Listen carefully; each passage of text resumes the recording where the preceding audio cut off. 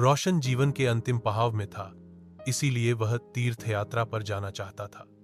उसने अपने जीवन भर की कमाई एक जगह एकत्रित कर रखी थी। जब उसके मन में तीर्थ यात्रा पर जाने का ख्याल आया तो उसने उसमें से कुछ अशर्फियां निकल ली और बाकी बची हुई एक हार अशर्फियां एक थैली में भर ली और अपने मित्र दीनानाथ को देते हुए बोला, मित्र, यह मेरे जीवन भर की कमाई है। अब मैं तीर्थ यात्रा पर जा रहा हूं। अगर मैं 1 साल के अंदर नहीं आ पाया तो तुम इन्हें किसी नेक काम में खर्च कर लेना। 1 साल तक ये अशर्फियां तुम्हारे पास मेरी एक अमानत है। अगर मैं आ जाऊंगा तो मैं आकर वापस ले लूंगा। दीनानाथ ने कहा, आप चिंता ना करें, मैं आपकी ये अमानत संभल कर रखूंगा। आप बिना चिंता किए आराम से तीर्थ यात्रा पर चले जाइए।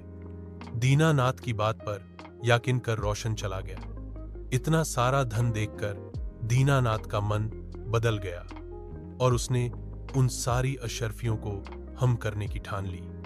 1 वर्ष बाद जब रोशन तीर्थयात्रा से वापस आ गया और दीनानाथ के पास अपना धन लेने गया तो दीनानाथ ने धन देना तो दूर रोशन को पहचानने से भी इनकार कर दिया और उसे बेइज्जत करके घर से भगा दिया। बेचारा गरीब रोशन अपने दोस्त की इस हरकत पर यकीन ही नहीं कर पा रहा था, लेकिन रोशन ने भी हार नहीं मानी और अपना धन दीनानाथ से लेने के लिए उसने बादशाह अकबर के दरबार में न्याय के लिए गुहार लगाई। अब दीनानाथ को भी दरबार में बुलाया गया, लेकिन दीनानाथ अभी भी रोशन को पहचानने से इनकार कर रहा था। रोशन के पास अपनी बात को साबित करने के लिए ना तो कोई गवाह था और ना ही कोई सबूत। सच्चाई का पता करने के लिए बादशाह ने यह मामला बीरबल को सौंप दिया। बीरबल ने दोनों से दोबारा पूछताछ की, लेकिन दीनानाथ अपनी बात पर अटल रहा। बीरबल ने रोशन से पूछा, तुमने किसके सामने अपना धन दीनानाथ को दिया था?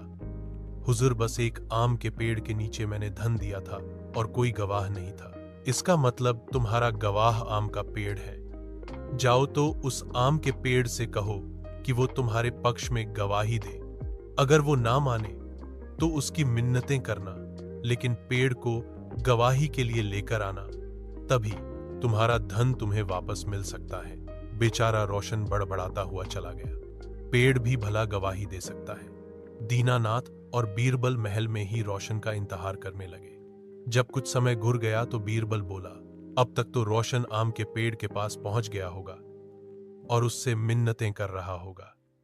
तभी दीनानाथ बोला, रोशन तो वृद्ध आदमी है, वो इतनी जल्दी वहां नहीं पहुंच सकता।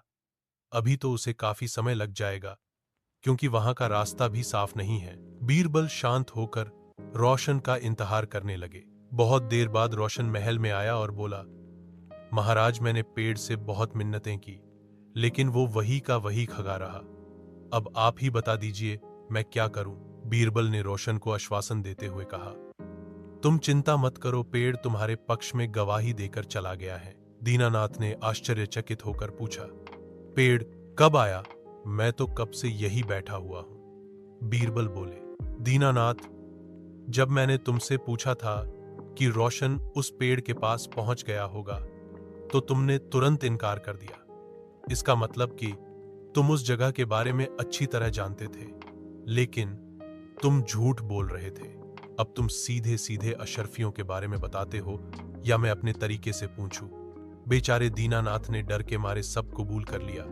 उसने रोशन से माजी मांगकर उसका सारा धन वापस कर दिया।